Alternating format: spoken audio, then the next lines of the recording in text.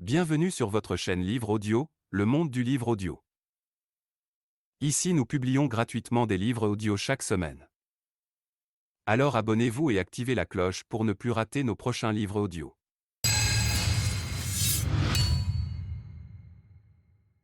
Chapitre 8. Les relations éclairées. Entrez dans le moment présent, peu importe les cires. Constance.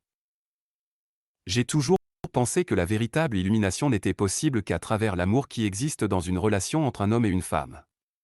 N'est-ce pas ce qui nous fait retrouver notre complétude ? Comment pouvons-nous nous épanouir dans notre vie avant que cela n'arrive ? Est-ce vrai dans votre cas ? Est-ce que cela vous est arrivé ? Pas encore. Mais comment pourrait-il en être autrement ? Je sais que cela surviendra. Autrement dit, vous attendez qu'un événement d'ordre temporel vienne vous sauver.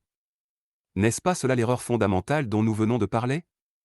Le salut ne se trouve pas ailleurs, ni dans un lieu ni dans le temps. Il est ici et maintenant. Qu'est-ce que cela veut dire exactement ? Je ne comprends pas. Je ne sais même pas ce que « salut » veut dire.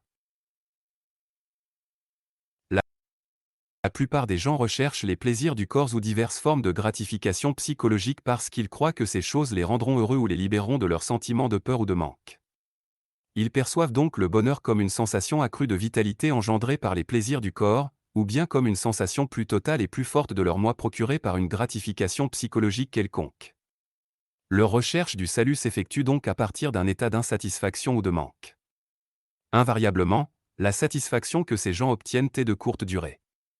Par conséquent, ils projettent habituellement de nouveau la condition de leur satisfaction sur un point imaginaire se trouvant loin de l'ici maintenant. Quand j'aurai ceci ou que je serai libéré de cela, alors je serai bien. Voilà l'état d'esprit inconscient qui crée l'illusion que le salut se situe dans le futur. Le véritable salut, c'est la satisfaction, la paix et la vie dans leur plus grande plénitude. C'est être qui vous êtes, sentir en vous le bien qui n'a aucun opposé, la joie de l'être qui ne dépend de rien d'autre que de lui-même. Il se ressent non pas comme une expérience passagère, mais comme une présence durable.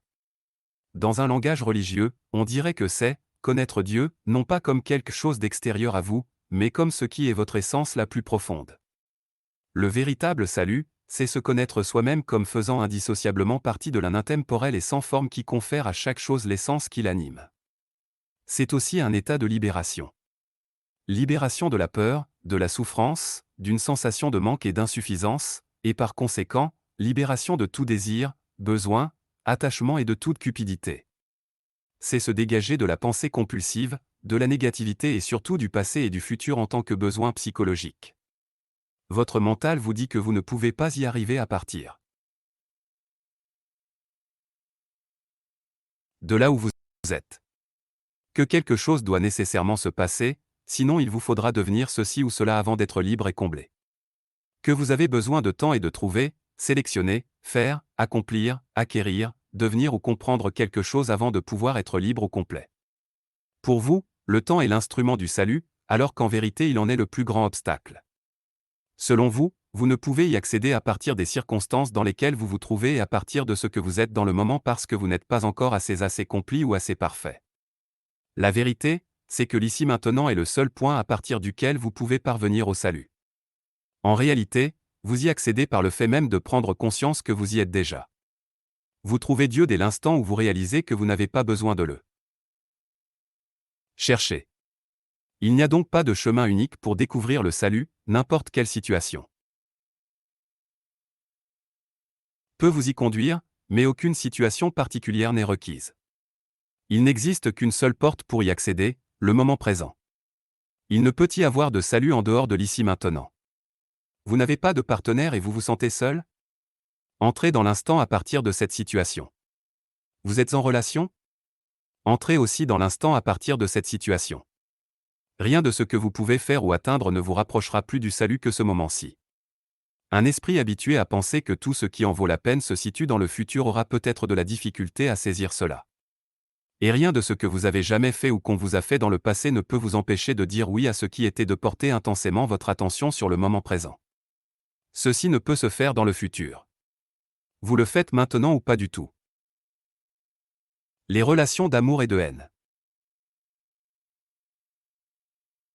À moins d'avoir atteint la fréquence vibratoire de la présence consciente ou jusqu'à ce que cela soit, toutes les relations, et en particulier les relations intimes, sont profondément faussées et en définitive dysfonctionnelles. Elles peuvent sembler parfaites pendant un certain temps, par exemple quand vous êtes amoureux, mais cette apparente perfection en vient invariablement à s'effriter quand les disputes, les conflits, l'insatisfaction et la violence émotionnelle ou même physique se produisent à un rythme de plus en plus fréquent. Il semble que la plupart des relations amoureuses deviennent tôt ou tard des relations à la fois d'amour et de haine. Sans la moindre difficulté, l'amour se transforme en sauvage agressivité, en sentiment d'hostilité ou encore en un retrait complet de l'affection l'un envers l'autre. On considère ceci comme normal. La relation oscille alors pendant quelque temps, quelques mois ou quelques années entre les polarités de l'amour et de la haine, et vous procure autant de souffrance que de plaisir. Il n'est pas rare que des couples restent accrochés à ce cycle de polarité, car ce climat de mélodrame les fait se sentir vivants. Quand l'équilibre entre les polarités positives et négatives se rompt et que les cycles négatifs et destructifs se produisent à une plus grande fréquence et plus intensément, ce qui semble survenir tôt ou tard, il faut peu de temps avant que la relation ne vole finalement en éclats. Si seulement vous pouviez éliminer les cycles négatifs ou destructifs, tout irait bien et la relation pourrait fleurir magnifiquement, pensez-vous. Hélas, ceci est impossible. Les polarités sont mutuellement interdépendantes. L'une ne va pas sans l'autre. Le positif comporte déjà en soi le négatif non encore manifesté. Ces deux polarités sont en fait les différents aspects d'une même dysfonction. Je parle ici de ce que l'on appelle en général les relations romantiques et non pas du véritable amour qui, lui, n'a pas d'opposé parce qu'il prend sa source au-delà du mental. L'amour en temps qu'état vécu continuellement est encore très rare, aussi rare que les êtres humains conscients. Il est cependant possible d'avoir de fugitifs et brefs aperçus de l'amour lorsqu'il y a une discontinuation dans le flot des pensées. Il est bien sûr plus facile de reconnaître comme dysfonctionnel le côté négatif d'une relation que son côté positif. Et il est également plus facile de reconnaître l'origine de la négativité chez vos partenaires que chez vous. Cette négativité peut se manifester sous bien des formes: possessivité, jalousie, contrôle, fermeture et ressentiment non exprimé, besoin d'avoir raison, insensibilité et préoccupation excessive de soi, exigence et manipulation émotionnelle, besoin de tenir tête, de critiquer, de juger, de blâmer ou d'attaquer, colère, revanche inconsciente provoquée par une blessure infligée autrefois par un parent, rage et violence physique. Le côté positif, c'est que vous êtes amoureux de votre partenaire. Au début, cet état est profondément satisfaisant, car vous vous sentez intensément vivant. Votre existence vient soudainement de prendre toute sa signification parce que quelqu'un a besoin de vous, vous veut et vous donne l'impression d'être quelqu'un de spécial. Et c'est la même chose pour votre partenaire. Quand vous êtes ensemble, vous vous sentez complet. Ce sentiment peut atteindre une intensité telle que le reste du monde s'estompe et devient insignifiant. Par contre, vous aurez peut-être remarqué que cette intensité est teintée de besoin et de dépendance. Vous devenez dépendant de l'autre personne, qui a ainsi sur vous l'effet d'une drogue. Vous êtes au 7e ciel quand la drogue est disponible, mais la seule éventualité où penser que cette personne ne soit plus là pour vous déclenche jalousie, possessivité, tentative de manipulation par le chantage émotionnel, reproches, accusations et peur de perdre. Si, effectivement, votre partenaire vous quitte, ceci peut se traduire par l'hostilité la plus intense qui soit, tout par le chagrin et le désespoir les plus profonds. D'un moment à l'autre, la tendresse amoureuse peut se transformer en une lutte sauvage ou en un terrible chagrin. Qu'est-il advenu de l'amour? L'amour peut-il se transformer en son opposé, la haine, en un instant? Était-ce vraiment de l'amour ou une simple dépendance vous incitant à vous accrocher désespérément? La dépendance est la recherche de complétude. Pourquoi devenons-nous dépendants d'une autre personne? La raison pour laquelle la relation amoureuse romantique est une expérience si intense et si universellement recherchée est la suivante: elle semble libérer les gens d'un sentiment profondément installé de peur, de besoin, de manque et d'incomplétude. Cet état émotionnel fait partie de la condition humaine dans sa phase non rachetée et non réalisée. Il comporte aussi bien une dimension physique que psychologique. Sur le plan physique, et de toute évidence, vous n'êtes pas complet et ne le serez jamais, soit vous êtes un homme, soit vous êtes une femme. C'est-à-dire la moitié du tout. Sur ce plan-là, l'aspiration à la totalité, à la complétude, c'est-à-dire le retour à l'un, se manifeste sous la forme de l'attraction entre sexe masculin et féminin, du besoin de l'homme d'avoir une femme et de celui de la femme d'avoir un homme. Il existe une pulsion presque irrésistible à s'unir avec l'énergie opposée. Ou l'autre polarité. Cette pulsion physique est d'origine spirituelle. C'est l'aspiration à mettre un terme à la dualité, à revenir à l'état de complétude. Sur le plan physique, l'union sexuelle est ce qui se rapproche le plus de cet état-là. Voilà pourquoi celle-ci est l'expérience la plus profondément satisfaisante que le plan physique puisse offrir. Mais l'union sexuelle n'est rien de plus qu'un fugace aperçu de la totalité, qu'un moment d'extase. Tant et aussi longtemps que vous recherchez un conscième dans l'union sexuelle votre porte de salut, vous visez à mettre fin à la dualité sur le plan de la forme, là où justement on ne peut la trouver. Il vous est donné là un aperçu fugitif et fort alléchant du paradis, mais vous n'avez pas le droit d'y rester et vous vous retrouvez de nouveau dans un corps distinct. Sur le plan psychologique, ce sentiment de manque et d'incomplétude est certainement encore plus grand que sur le plan physique. Aussi longtemps que vous êtes identifié au mental, le sens que vous avez de votre moi provient de l'extérieur. En d'autres termes, vous vous appropriez le sens de ce que vous êtes par le biais de choses qui, en fin de compte, n'ont rien à voir avec ce que vous êtes, votre rôle social, vos possessions, votre apparence physique, vos réussites et vos échecs, vos systèmes de croyances, etc. Ce faux moi, créé par le mental, par l'ego, se sent vulnérable, peu assuré, et cherche sans arrêt de nouvelles choses auxquelles s'identifier afin de donner au mental l'impression d'exister. Mais jamais rien ne suffit à lui procurer une satisfaction durable. Sa peur perdure. Et son impression de manque et de besoin reste. Puis cette relation si spéciale se présente. Elle semble être la réponse à tous les problèmes de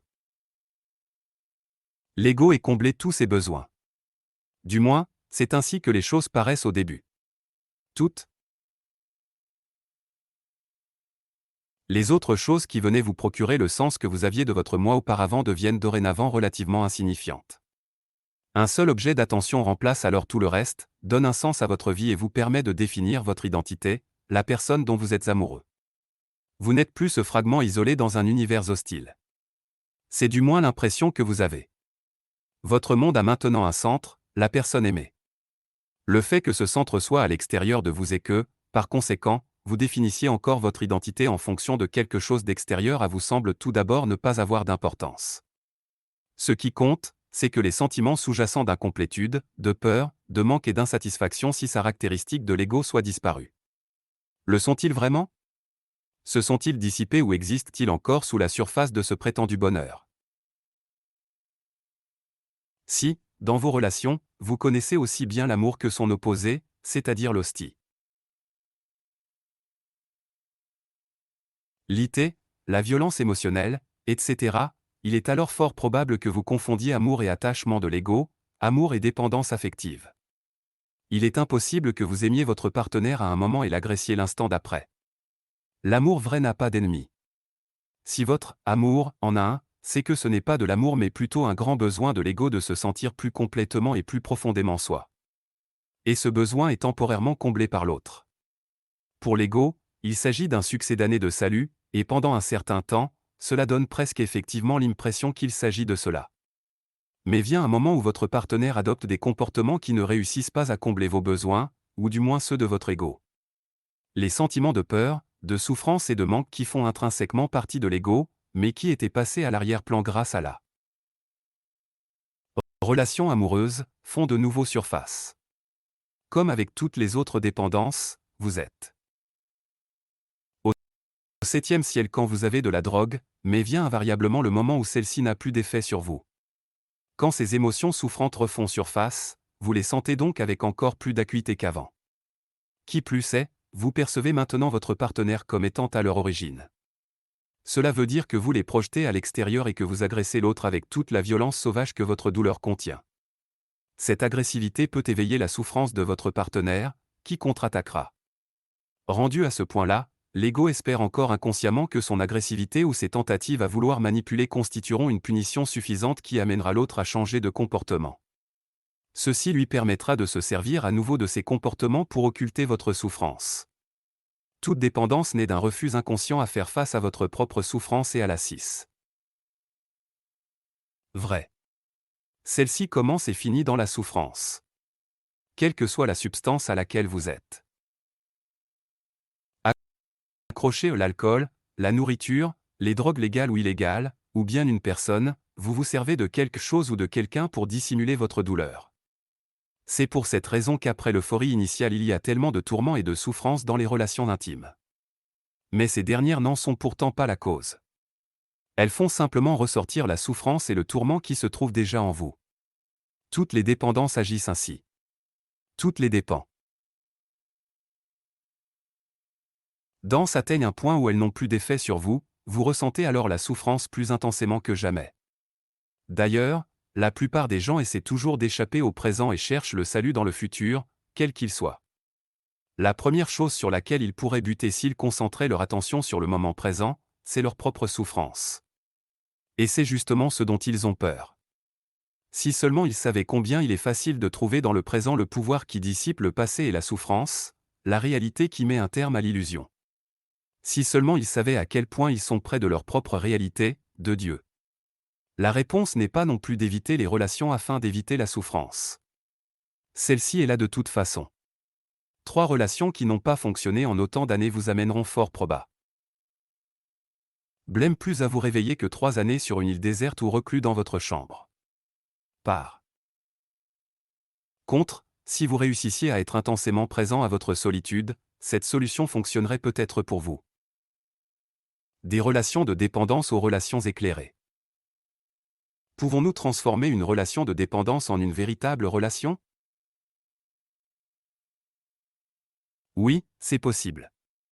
En étant présent et en intensifiant votre présence, et en amenant votre attention davantage dans le « maintenant ». Que vous viviez seul ou avec un partenaire, ceci reste la clé. Pour que l'amour puisse fleurir, la lumière de votre présence doit être suffisamment forte pour que vous ne vous laissiez plus contrôler par le penseur ou le corps de souffrance et que vous n'assimiliez plus ceci à ce que vous êtes. Vous connaître comme étant l'être derrière le penseur, le calme derrière le parasitage du mental, l'amour et la joie derrière la souffrance, c'est cela la liberté, le salut, l'illumination. Se désidentifier du corps de souffrance, c'est devenir présent à la souffrance et ainsi la transformer. Se dissocier de la compulsion à réfléchir, c'est être le témoin silencieux des pensées et des comportements, en particulier des scénarios mentaux qui se répètent et des rôles joués par l'ego. Si vous cessez d'insuffler une existence au mental, celui-ci perd son aspect compulsif, qui est fondamentalement l'obligation de juger, par conséquent, à résister à ce qui est. Ceci crée conflit, mélodrame et nouveaux chagrins. En fait, dès l'instant où le jugement cesse par l'acceptation de ce qui est, vous êtes libéré du mental. Vous avez fait de la place pour accueillir l'amour, la joie, la paix. En premier lieu, vous cessez de vous juger vous-même, et vous arrêtez ensuite de juger votre partenaire. Le plus grand déclencheur de changement dans une relation, c'est l'acceptation totale de votre partenaire tel qu'il est, sans aucun besoin de le juger ou de le changer de façon quelconque. Cette acceptation vous transporte immédiatement au-delà de l'ego. Tous les jeux du mental et les dépendances profondes sont alors révolus. Il n'y a plus ni tyran ni victime, ni accusateur ni accusé. Ceci met aussi un terme à toutes les dépendances et au fait que vous êtes attiré par les scénarios inconscients d'une autre personne et que vous leur permettez ainsi de se perpétuer. Soit vous séparez dans l'amour, soit vous plongez encore plus profondément dans le présent ensemble, dans l'être. Cela peut-il être aussi simple que ça? Oui, ça l'est. L'amour est un état. L'amour n'est pas à l'extérieur, mais au plus profond de vous. Il est en vous et indissociable de vous à tout jamais. Il ne dépend pas de quelqu'un d'autre, d'une forme extérieure.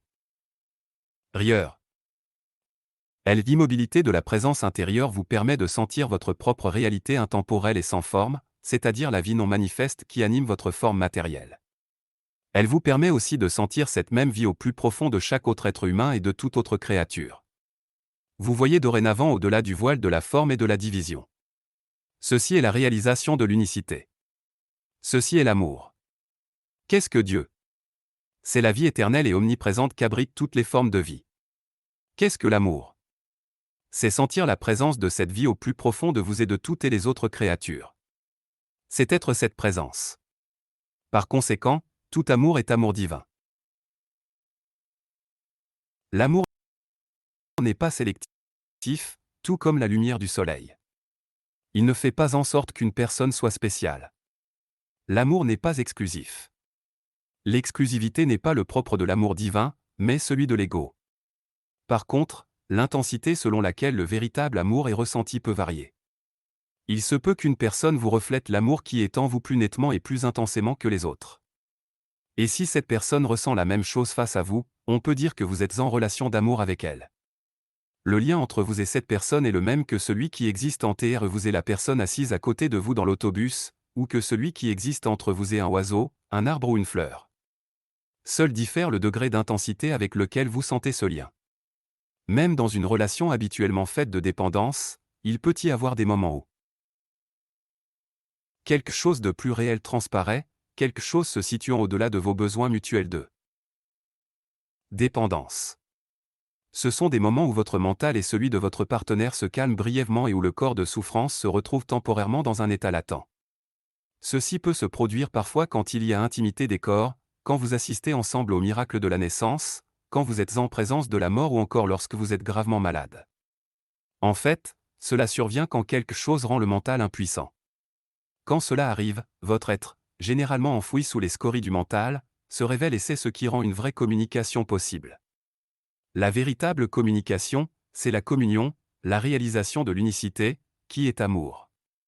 Habituellement, ces moments s'estompent rapidement, sauf si vous réussissez à rester suffisamment présent pour empêcher le mental et ses scénarios d'entrer de nouveau en scène. Dès que le mental et l'identification au mental entrent en scène, vous n'êtes plus vous-même mais seulement une image. Mental de vous-même. Vous recommencez à jouer des rôles et des petits jeux afin de combler les besoins de votre ego. Vous redevenez un mental humain, prétendant être un être humain, qui interagit avec un autre, mental, et joue avec lui le mélodrame de l'amour.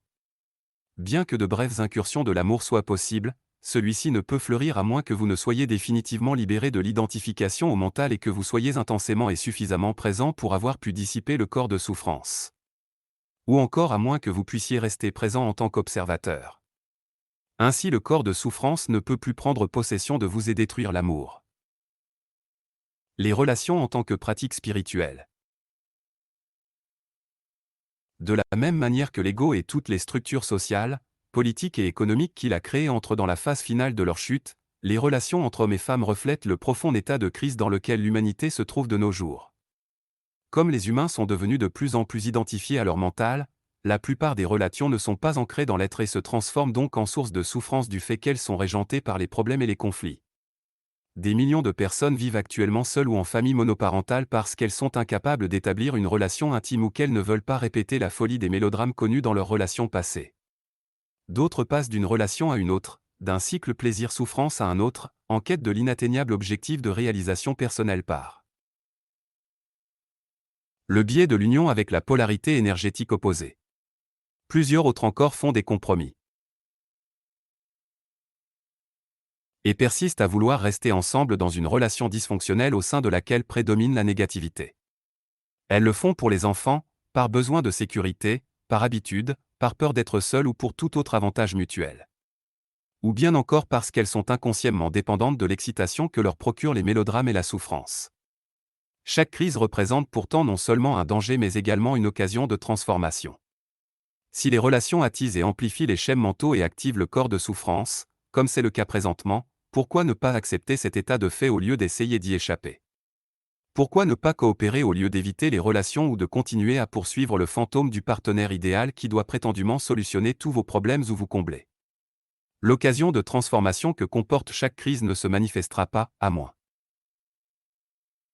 que vous ne reconnaissiez et n'acceptiez totalement tous les faits propres à une situation donnée. Aussi longtemps que vous niez les faits, que vous vous en détournez ou que vous souhaitez que les choses soient différentes, vous restez fermé à l'occasion qui se présente et continuez à être pris au piège de cette situation, qui restera telle qu'elle ou se détériorera. Reconnaître et accepter les faits amène aussi un certain degré de libération par rapport à eux. Par exemple, quand vous reconnaissez qu'il y a un manque d'harmonie et que vous vous appropriez cette prise de conscience, un nouveau facteur entre en jeu grâce à celle-ci, et le manque d'harmonie ne peut rester tel que. Quand vous reconnaissez que vous n'êtes pas en paix avec vous-même, cette reconnaissance crée une atmosphère de calme qui accueille le désaccord dans un mouvement docteur et aimant et le convertit par la suite en paix. En ce qui concerne la transformation intérieure, vous ne pouvez rien faire. Vous ne pouvez pas vous transformer vous-même à volonté, pas plus que vous ne pouvez changer votre partenaire ou quelqu'un d'autre. Tout ce que vous pouvez faire, c'est ménager un espace au sein duquel la métamorphose peut se produire, afin que la grâce et l'amour puissent venir.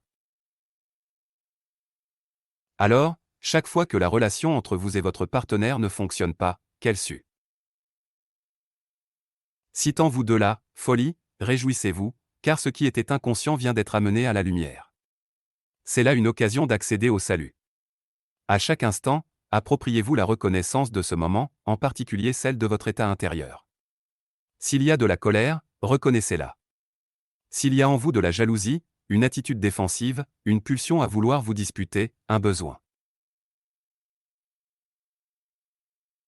d'avoir raison, si votre enfant intérieur exige amour et attention, ou bien si vous ressentez une quelconque souffrance émotionnelle, peu importe ce que c'est, reconnaissez la réalité de ce moment et appropriez-vous-la. La relation devient alors votre sadhana, votre pratique spirituelle. Si vous identifiez chez votre partenaire un comportement inconscient, sachez vous approprier cette prise de conscience dans une attitude d'amour afin de ne pas réagir. L'inconscience est la reconnaissance de ce qui et ne peuvent pas cohabiter longtemps, même si la reconnaissance se produit chez l'autre et non pas chez la personne qui agit par inconscience. Pour la forme d'énergie qui sous-tend l'hostilité et l'agressivité, la présence de l'amour est absolument intolérable. Si vous réagissez d'une façon quelconque aux attitudes inconscientes de votre partenaire, vous devenez vous-même inconscient. Mais si vous vous rappelez de reconnaître votre réaction, alors rien n'est perdu. L'humanité subit actuellement une grande pression pour évoluer, car c'est sa seule chance de survie en tant qu'espèce. Ceci concerne tous les aspects de votre vie, en particulier les relations in times. Jamais auparavant les relations n'ont été aussi problématiques et conflictuelles qu'elles le sont actuellement. Comme vous avez peut-être pu le remarquer, elles ne sont pas là pour vous rendre docteur heureux ni pour vous combler. Si vous continuez à utiliser les relations pour trouver le salut, vous serez constamment déçu.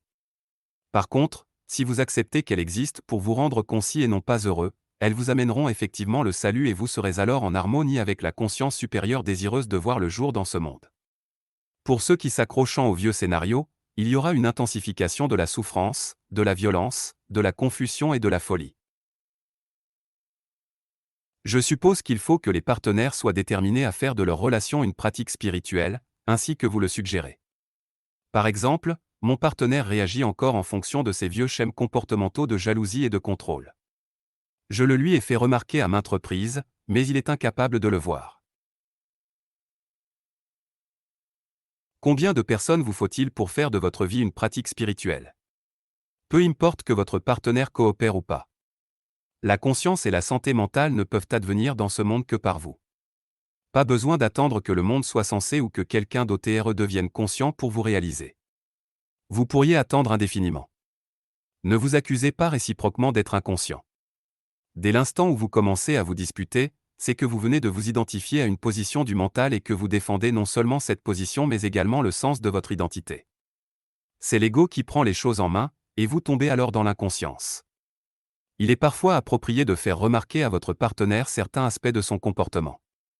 Si vous restez très vigilant, très présent, vous pouvez y arriver sans faire entrer en jeu l'ego, sans proférer de reproches, sans accuser l'autre ou lui donner tort. Lorsque votre partenaire se comporte avec inconscience, renoncez à tout jugement. Car, d'un côté, le jugement amène à associer le comportement inconscient d'une personne avec ce qu'elle est en réalité ou, de l'autre, à projeter votre propre inconscience sur l'autre personne et à prendre cette projection pour ce que cette personne est en réalité. Renoncer au jugement ne signifie pas que vous ne sachiez pas reconnaître une dysfonction ou l'inconscience quand vous les voyez. Cela veut dire que vous êtes celui ou celle qui reconnaît, au lieu d'être celui ou celle qui réagit et qui juge. Vous serez alors totalement libéré de la réaction où vous réagirez en reconnaissant que vous le fightez, créant ainsi un espace où vous observerez la réaction et lui permettrez d'être. Au lieu de vous battre contre l'obscurité, vous faites la lumière. Au lieu de réagir face à l'illusion, vous la voyez, en même temps, vous voyez à travers elle. Quand vous êtes celui ou celle qui reconnaît, vous nagez un espace d'ouverture et de présence aimante qui permet à toute chose et à toute personne d'être telles qu'elles sont. Il n'existe aucun catalyseur aussi puissant que celui-ci pour aller vers la transformation. Si vous vous entraînez à agir ainsi, votre partenaire ne pourra pas rester avec vous tout en restant dans l'inconscience. Tant mieux si vous tombez tous les deux d'accord pour faire de votre relation une pratique spirituelle. Cela vous permettra l'un l'autre d'exprimer vos pensées, vos sentiments et vos réactions aussitôt qu'ils se présentent. De la sorte, vous ne créerez pas le décalage temporel qui amène une émotion ou une doléance non exprimée ou non reconnue à s'envenimer et à grandir. Apprenez à dire ce que vous ressentez sans faire de reproches. Sachez écouter votre partenaire de façon ouverte et non défensive. Laissez-lui l'occasion de s'exprimer. Soyez présent. Accuser, attaquer, se défendre docteur, tous ces scénarios destinés à protéger et à renforcer l'ego ou à combler ses besoins deviendront alors désuets. Il est vital de faire de la place aux autres et à soi-même. L'amour ne peut s'épanouir sans cela. Une fois que vous aurez éliminé les deux facteurs de destruction d'une relation, c'est à accent grave dire que le corps de souffrance sera métamorphosé et que vous ne serez plus identifié à votre mène. Tel et à ses positions, et que votre partenaire aura fait de même, vous connaîtrez tout de l'extase. Que représente l'épanouissement d'une relation? Au lieu de vous refléter l'un l'autre votre souffrance et votre inconscience, au lieu de satisfaire les besoins mutuels de vos égos dépendants, vous vous refléterez l'un l'autre l'amour que vous sentez au plus profond de vous, celui qui advient avec la réalisation que vous ne faites qu'un avec le grand tout. Et ceci est l'amour qui n'a pas d'opposé. Si votre partenaire est encore identifié au mental et au corps de souffrance alors que vous en êtes déjà libéré, ceci représentera un défi de taille. Non pas pour vous, mais pour votre partenaire. Il n'est pas facile de vivre avec une personne illuminée, ou plutôt, c'est si facile que l'ego trouve cela extrêmement menaçant. N'oubliez pas que l'ego a besoin de problèmes, de conflits et d'ennemis pour renforcer le sentiment de division dont dépend son identité. Le mental du partenaire qui ne s'est pas réalisé sera profondément frustré parce que plus rien ne s'opposera à ses positions fixes, ce qui voudra dire que celles-ci deviendront chambranlantes et affaiblies. Elles courent même le risque de s'effondrer complètement, ceci se traduisant par la perte du sens de soi. Le corps de souffrance exige une réaction et ne l'obtient pas. Son besoin de dispute, de mélodrame et de conflit n'est pas satisfait. Mais faites attention. Certaines personnes qui ne réagissent pas, qui sont repliées sur elles-mêmes, insensibles ou coupées de leurs émotions peuvent penser et essayer de convaincre les autres qu'elles sont illuminées ou du moins que tout va bien chez elles mais que tout va mal chez leur partenaire. Les hommes ont plus tendance que les femmes à agir de la sorte et à considérer leur partenaire comme irrationnel ou trop émotive. Mais si vous pouvez ressentir vos émotions, c'est que vous n'êtes pas loin du corps subtil radieux qui se trouve juste en dessous. Si vous êtes principalement dans votre tête, la distance est beaucoup plus grande, car vous devez d'abord ramener la conscience dans le corps émotionnel avant de pouvoir atteindre le corps énergétique. S'il n'émane aucune joie, aucun amour, aucune présence totale ni aucune ouverture face à tous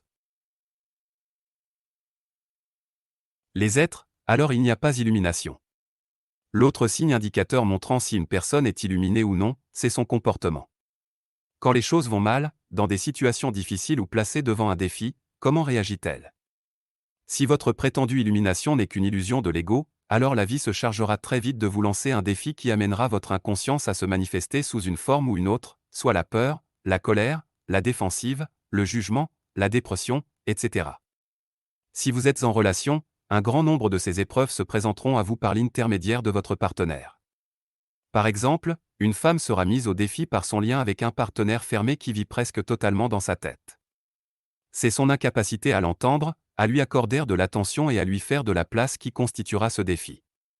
Tout ceci parce qu'il manque de présence. L'absence d'amour dans la relation, généralement ressentie avec plus d'acuité par la femme que par l'homme, déclenchera des réactions dans le corps de souffrance de celle-ci, qui attaquera alors son partenaire en lui faisant des reproches, en le critiquant, en lui donnant tort, etc. Cela devient cette fois le défi du partenaire. Pour se défendre des attaques de sa compagne, qu'il considère d'ailleurs comme indue, il se retranchera davantage derrière ses positions en se justifiant, en se défendant ou en contre-attaquant. Il se peut que tout cela déclenche des réactions dans son propre corps de souffrance. Quand les deux partenaires sont totalement devenus le jouet de leur corps de souffrance, Ils atteignent un profond niveau d'inconscience, de violence émotionnelle et d'agressivité sauvage. Et ainsi de suite jusqu'à ce que les corps de souffrance aient été rassasiés et retournant à un état latent. Jusqu'à la fois suivante. Ceci n'est qu'un des scénarios parmi les multiples possibles. De nombreux ouvrages ont été écrits, et bien d'autres pourraient l'être, sur les manières dont l'inconscience ressort dans les relations entre hommes et femmes. Mais comme je l'ai mentionné plus tôt, une fois que vous avez compris l'origine du dysfonctionnement, vous n'avez pas besoin d'en explorer les innombrables manifestations. Penchons-nous de nouveau brièvement sur le scénario que je viens d'exposer. Chacun des défis qu'il contient est en fait une occasion cachée de trouver le salut, et il est possible de se libérer de l'inconscience à chacune des étapes du processus dysfonctionnel. Par exemple, l'hostilité de la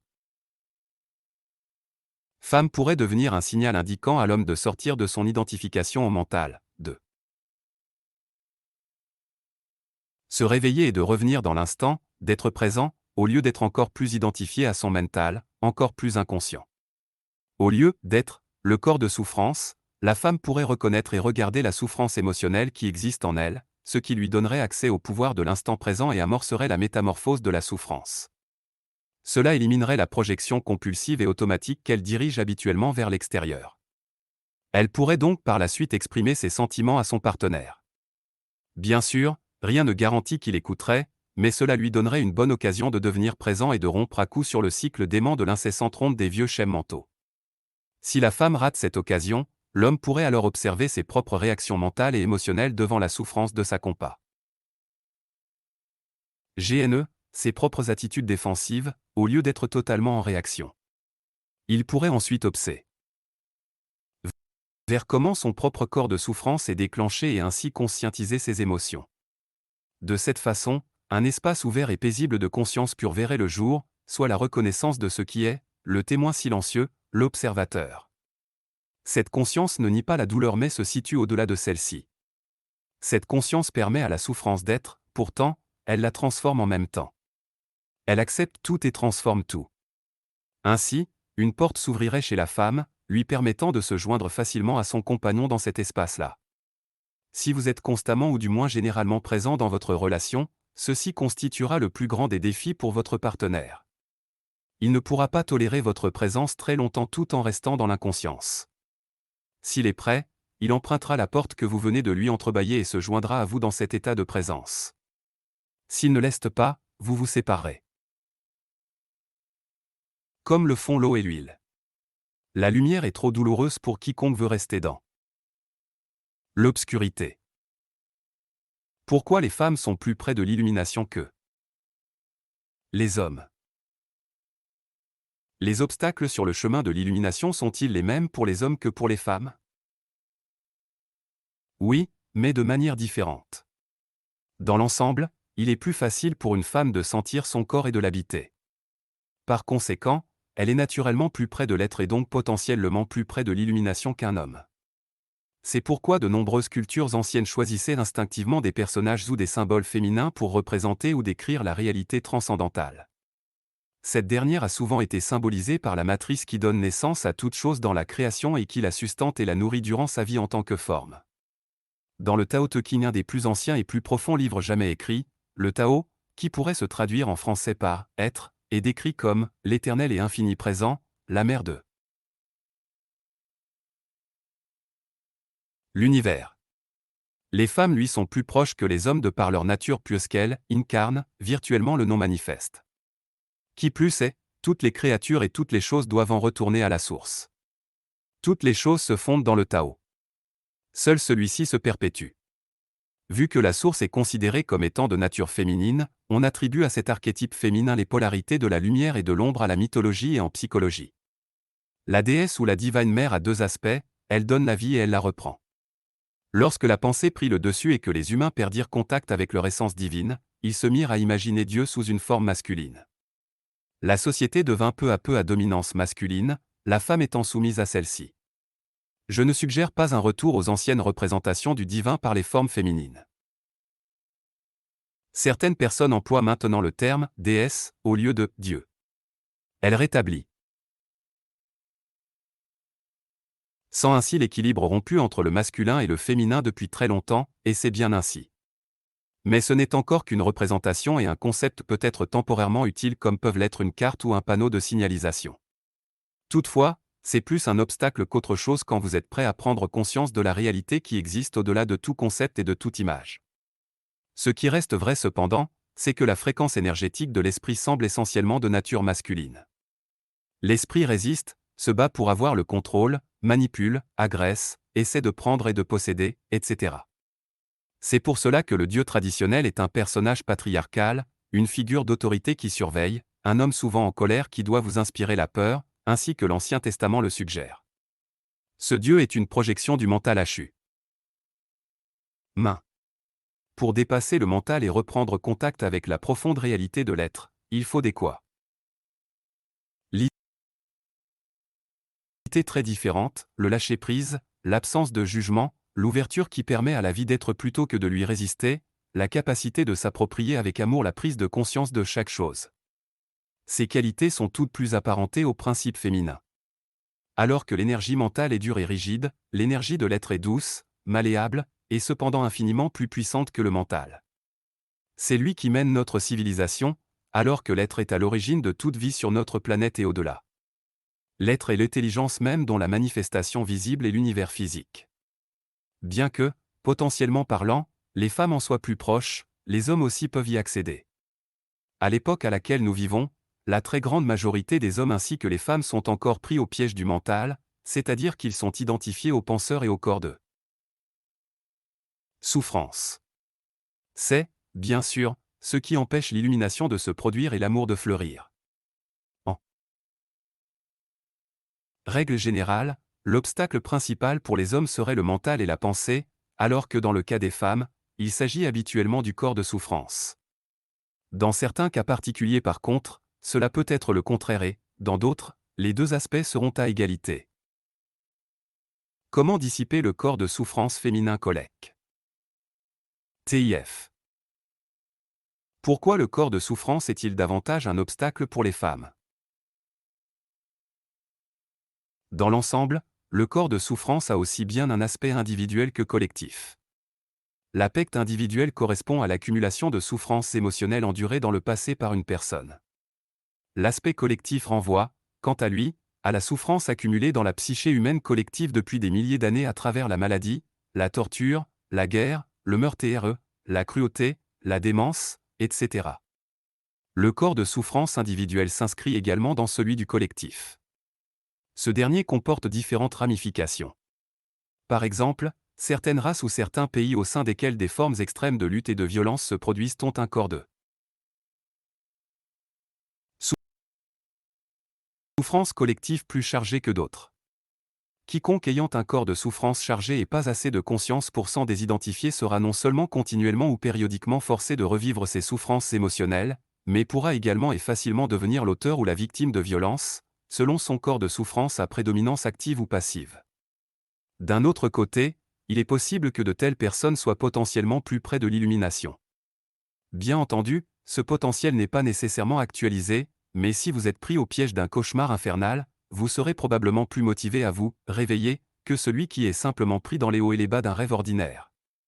En dehors de son corps de souffrance personnelle, chaque femme porte en elle une partie du corps de souffrance collectif féminin, à moins d'être totalement consciente. Celui-ci consiste en la souffrance accumulée par les femmes depuis des millénaires en raison de la domination masculine, de l'esclavage, de l'exploitation, du viol, de l'enfantement, de la mort des enfants, etc. La douleur émotionnelle ou physique qui, pour de nombreuses femmes, précède le cycle menstruel ou coïncide avec lui et le corps de souffrance qui, dans son aspect collectif, est alors tiré de son état latent, bien que cela puisse également se produire à d'autres occasions. Le corps de souffrance empêche la libre circulation de l'énergie vitale dans le corps, les menstruations en étant une manifestation physique. Penchons-nous un moment sur cet aspect et voyons comment il peut conduire à l'illumination. Durant cette période, la femme est souvent et totalement prise d'assaut par le corps de souffle. France. Celui-ci a une charge énergétique extrêmement puissante qui peut facilement amener quelqu'un à s'identifier inconsciemment à lui. Dans ce cas, un champ énergétique prend activement possession de vous, occupe votre espace intérieur et prétend être vous. Bien entendu, il n'est pas vous du tout. Mais il parle, agit et pense par votre intermédiaire. Il créera dans votre vie des situations négatives afin de pouvoir se sustenter avec cette énergie. Il réclame toujours plus de souffrance, sous quelque forme que ce soit. J'ai déjà décrit ce processus qui peut être vicieux et destructif. C'est de la souffrance pure provenant du passé, mais ce n'est pas vous. Le nombre de femmes qui se rapprochent actuellement de l'état de conscience totale excède déjà celui des hommes et grandira encore plus rapidement dans les années à venir. Il se peut que les hommes les rattrapent en fin de compte, mais il y aura un décalage pendant encore un bon bout de temps entre la conscience des femmes et celle des hommes. Les femmes sont en train de retrouver la fonction qui renvoie à un droit inné leur appartenant et qui, par conséquent, leur vient plus naturellement qu'aux hommes. Cette fonction, c'est d'être le lien entre le manifeste et le non-manifeste, entre la matière et l'esprit. En tant que femme, votre principale tâche consiste à transformer le corps de souffrance afin qu'il ne puisse plus s'interposer entre vous et votre véritable moi, l'essence de ce que vous êtes. Bien entendu, vous devez également composer avec l'autre empêchement à l'illumination, nommément le mental. Mais la présence intense que vous acquérez quand vous composez avec le corps de souffrance vous libérera par la même occasion de l'identification au mental. La première chose à ne pas oublier est la suivante: tant et aussi longtemps que vous vous créerez une identité quelconque à partir de la souffrance, il vous sera impossible de vous en libérer. Tant et aussi longtemps que le sens de votre identité sera investi dans la souffrance émotionnelle. Vous saboterez inconsciemment toute tentative faite dans le sens de guérir cette souffrance ou y résisterez d'une manière quelconque. Pourquoi? Tout simplement parce que vous voulez rester intact et que la souffrance est fondamentalement devenue une partie de vous. Il s'agit là d'un processus inconscient, et la seule façon de le dépasser est de le rendre conscient. Réaliser soudainement que vous êtes ou avez été attaché à votre souffrance peut être la cause d'un grand choc. Mais dès l'instant où cette prise de conscience a lieu, l'attachement est rompu. Un peu comme une entité, le corps de souffrance est un champ énergétique qui se loge temporairement à l'intérieur de vous. C'est de l'énergie vitale qui est prise au piège et ne circule plus. Bien entendu, le corps de souffrance existe en raison de certaines choses qui se sont produites dans le passé. C'est le passé qui vit en vous, et si vous vous identifiez au corps de souffrance, vous vous identifiez par la même occasion au passé. L'identité de victime est fondée sur la croyance que le passé est plus puissant que le présent, ce qui est contraire à la vérité. Que les autres et ce qu'ils vous ont fait sont responsables de ce que vous êtes maintenant, de votre souffrance émotionnelle ou de votre incapacité à être vraiment vous-même. La vérité, c'est que le seul pouvoir qui existe est celui propre à l'instant présent, c'est le pouvoir de votre présence à ce qui est. Une fois que vous savez cela, vous réalisez également que vous-même et personne d'autre êtes maintenant responsable de votre vie intérieure et que le passé ne peut pas l'emporter sur le pouvoir de l'instant présent. L'identification au corps de souffrance vous empêche donc de composer avec lui. Certaines femmes ayant déjà suffisamment de conscience pour avoir mis de côté leur identité de victime sur le plan personnel s'accrochent tout de même encore à l'identité de victime sur le plan collectif en prononçant des phrases du genre « ce que les hommes ont fait aux femmes ». Elles ont raison, mais elles ont également tort. Elles ont raison en ce sens que le corps de souffrance féminin collectif est dû en grande partie à la violence que les hommes ont infligée aux femmes et à la répression du principe féminin sur toute la planète depuis des millénaires. Elles ont tort si elles s'identifient à ce fait et se maintiennent ainsi emprisonnées dans une identité collective de victime. Si une femme est encore déchirée par la colère, le ressentiment ou la condamnation, c'est qu'elle s'accroche encore à son corps de souffrance. Ceci peut probablement lui procurer un sens d'identité réconfortant, un sens de solidarité féminine, mais cela continue à faire d'elle l'esclave du passé et l'empêche d'avoir pleinement accès à son essence et à son véritable pouvoir. Si les femmes se coupent des hommes, cela génère une sensation de division et donc un renforcement de l'ego. Et plus l'ego est fort, plus vous vous éloignez de votre vraie nature. Alors, n'utilisez pas votre corps de souffrance pour vous donner une identité quelconque. Utilisez-le plutôt pour vous réaliser. Transformez-le en conscience. Et un des meilleurs moments pour le faire, c'est pendant les menstruations. À mon avis, dans les années à venir, de nombreuses femmes accéderont à la conscience totale durant cette période. Pour beaucoup d'entre elles, c'est généralement une période d'inconscience parce qu'elles sont prises d'assaut par le corps de souffrance collective des femmes. Cependant, une fois que vous avez atteint un certain degré de conscience, vous pouvez renverser ce phénomène et, au lieu de devenir inconsciente, être encore plus consciente. J'ai déjà expliqué ce processus, mais laissez-moi y revenir de nouveau, cette fois-ci en mettant l'accent sur le corps de souffrance collective des femmes. Lorsque vous savez que vos menstruations approchent, avant même de ressentir les signes avant-coureurs de cette tension prémenstruelle, c'est-à-dire l'éveil du corps de souffrance collective des femmes, restez très vigilante et habitez votre corps aussi totalement que possible. Quand le premier signe fait son apparition, soyez suffisamment alerte pour l'attraper avant qu'il ne prenne le dessus. Par exemple, ce pourrait être une soudaine et forte irritation, un éclair de colère ou encore un symptôme de nature purement physique. Quel que soit ce premier signe, saisissez-le avant qu'il ne prenne le contrôle de vos pensées ou de votre comportement. Autrement dit, dirigez toute votre attention sur lui. S'il s'agit d'une émotion, sentez la forte charge énergétique qui l'anime et ça. Chez qui il s'agit du corps de souffrance. En même temps, soyez celle qui reconnaît, soyez consciente de votre présence et sentez en la force. Toute émotion éclairée par votre présence se dissipera promptement et se transformera. S'il s'agit d'un symptôme purement physique, l'attention que vous lui accorderez l'empêchera de devenir une émotion ou une pensée. Restez vigilante et attendez. Que se présente le prochain signe du corps de souffrance? Quand il apparaît, saisissez-le encore une fois comme vous l'avez fait auparavant. Par après, quand le corps de souffrance est totalement sorti de son état latent, il se peut que vous ressentiez un certain tumulte en vous pendant un bout de temps, peut-être même pendant quelques jours. Quelle que soit la forme que cela prend, restez présente. Accordez-lui votre attention totale. Observez le tumulte en vous. Reconnaissez qu'il est là. Appropriez-vous cette reconnaissance et imprégnez-vous en. Et rappelez-vous, le corps de souffrance ne doit pas se servir de votre esprit et prendre le contrôle de vos pensées. Observez-le. Sentez son énergie directement à l'intérieur de votre corps. Comme vous le savez, attention totale égale acceptation totale. Par conséquent, quand il y a attention soutenue et donc acceptation, il y a transformation. Le corps de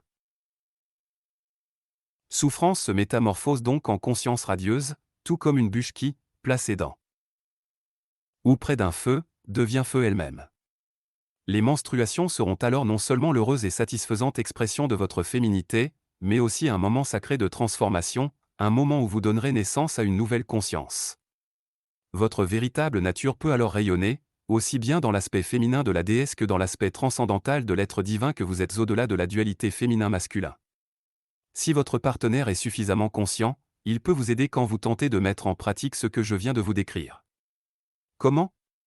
En se maintenant, particulièrement pendant cette période, sur la fréquence de la présence intense. S'il reste présent lorsque vous retombez dans l'identification au corps de souffrance, ce qui pourra survenir au début, vous réussirez à vous joindre rapidement à lui dans cet état de présence. En d'autres termes, lorsque le corps de souffrance prendra temporairement le dessus, que ce soit pendant les menstruations ou à d'autres moments. Votre partenaire ne confondra pas celui-ci avec ce que vous êtes en réalité. Même si le corps de souffrance l'agresse, ce qu'il fera probablement, il ne réagira pas comme si c'était vous, ne se fermera pas et ne se mettra aucunement sur la défensive. Il saura se maintenir dans l'espace de la présence intense. La transformation n'exige rien d'autre que cela. À d'autres moments, ce sera vous qui saurez en faire de même pour lui et l'aiderez à se dégager du mental et à ramener son attention dans l'ici maintenant quand il se retrouvera identifié à ses pensées. Ainsi, il s'installera entre vous un champ énergétique permanent d'une fréquence pure et élevée. Aucune illusion, aucune souffrance, aucun conflit, rien de ce qui n'est pas vous et rien de ce qui n'est pas amour ne peut y survivre. Ceci représente l'accomplissement du divin, la raison d'être de votre relation sur le plan transpersonnel. Cette énergie devient un vortex de conscience par lequel bien d'autres personnes seront attirées. Renoncez à la relation que vous entretenez avec vous-même. Quand on est pleinement conscient, a-t-on encore besoin d'être en relation? Un homme se sent-il alors encore attiré par une femme? Une femme se sent-elle encore incomplète sans un homme? Illuminé ou pas, vous êtes soit un homme, soit une femme. Donc, sur le plan de l'identité par la forme, vous n'êtes pas complet. Vous êtes la moitié d'un tout. Cette incomplétude se fait sentir sous la forme de l'attirance homme-femme, l'attirance vers la polarité énergétique opposée, peu porte le niveau de conscience. Mais quand vous êtes en état d'harmonie intérieure, vous ressentez que cette fascination se produit plutôt à la périphérie de votre vie et non dans le centre. D'ailleurs, Quand vous êtes dans cet état de conscience réalisé, tout ce qui vous arrive se ressent à la périphérie. Le monde entier ne semble plus qu'ondulation ou vague à la surface d'un vaste et profond océan. Vous êtes cet océan, mais vous êtes aussi une vague qui a réalisé sa véritable identité comme étant celle de l'océan. Et comparativement à l'immensité et à cette profondeur, le monde des ondulations et des vagues n'est pas si important que ça. Ceci ne veut pas dire que vous n'entrez pas profondément en relation avec les autres ou avec votre partenaire. En fait, vous ne pouvez y arriver que si vous êtes conscient de l'être. Comme vous fonctionnez, à partir de l'être, vous pouvez voir au-delà du voile qu'est la forme. Chez l'être, masculin et féminin ne font plus qu'un. Il se peut que la forme ait certains besoins, mais l'être, lui, n'en a point. Il est en soi complet et entier. Si les besoins de la forme sont comblés, tant mieux. Mais qu'il le soit ou pas, cela ne fait aucune différence pour votre état intérieur profond. Il est donc parfaitement possible chez une personne réalisée, si le besoin de contacter la polarité féminine ou masculine n'est pas comblé, de sentir un manque ou une incomplétude à la périphérie de son être et d'être en même temps totalement complète, comblée et intérieurement en paix. Quand on cherche à se réaliser, le fait d'être homosexuel est-il un avantage ou un désavantage, ou cela ne fait-il aucune différence? Quand vous approchez de l'âge adulte, l'incertitude par rapport à votre sexualité et à la réalisation subséquente que vous êtes différent des autres peut vous forcer à vous dissocier des conditionnements sociaux, intellectuels et comportementaux, et à vous en désidentifier. Ceci amènera automatiquement votre niveau de conscience à dépasser celui de la majorité inconsciente qui avale sans se questionner les conditionnements qui lui ont été laissés en héritage. Dans ce cas, le fait d'être homosexuel peut aider. Le fait d'être en quelque sorte un étranger, quelqu'un qui ne cadre pas avec les autres et qui se fait rejeter par eux pour une raison ou une autre, rend la vie difficile, mais cela vous avantage en ce qui concerne l'illumination. Presque par la force des choses, cela vous fait sortir de l'inconscience. D'un autre côté, si vous établissez le sens de votre identité à partir de votre homosexualité, vous êtes sorti d'un piège pour tomber dans un autre. Vous jouerez des jeux et des rôles qui vous seront dictés par l'image mentale que vous vous faites de vous-même en tant qu'homosexuel. Vous ne serez plus réel, et sous le masque de l'ego vous serez très malheureux. Si c'est votre cas, alors le fait d'être homosexuel sera devenu un obstacle. Mais vous avez toujours une seconde chance, bien sûr. Le tourment aigu peut s'avérer un grand éveilleur de conscience. N'est-il pas vrai que l'on a besoin d'entretenir une bonne relation avec soi et de s'aimer soi-même avant de pouvoir établir une relation satisfaisante avec une autre personne? Si vous ne réussissez pas à vous sentir bien avec vous-même quand vous êtes seul, vous chercherez à établir une relation avec une autre personne pour masquer le malaise. Mais vous pouvez être sûr que le malaise refera surface sous une forme ou une autre dans la relation et que vous en rendrez probablement votre partenaire responsable. Tout ce dont vous avez vraiment besoin, c'est d'accepter totalement l'instant présent. Vous êtes alors bien dans l'ici maintenant et avec vous-même. Mais avez-vous absolument besoin d'être en relation avec vous-même? Pourquoi ne pouvez-vous être simplement vous-même? Quand vous êtes en relation avec vous-même, vous êtes divisé, d'un côté, il y a le « je » et de l'autre, le « moi-même », soit le sujet et l'objet. Cette dualité créée de toutes pièces par le mental est la cause de toute complexité superflue, de tous les problèmes et conflits qui surgissent dans votre vie. Quand vous êtes réalisé, vous êtes vous-même. Autrement dit, le « vous » et le « vous-même » ne font plus qu'un. Vous ne vous jugez pas, vous ne vous prenez pas en pitié, vous n'êtes pas fier de vous, vous ne vous aimez pas, vous ne vous détestez pas, etc. La division causée par la conscience qui revient sur elle-même est résorbée, et sa malédiction, éliminée. Il n'y a plus de « moi » à protéger, à défendre ou à sustenter. Quand vous êtes réalisé, vous n'entretenez plus cette relation avec vous-même. Une fois que vous y avez renoncé, toutes les autres relations deviennent des relations d'amour. Fin du chapitre. Abonnez-vous et activez la cloche pour ne plus rater nos prochains livres audio. Merci et à très bientôt.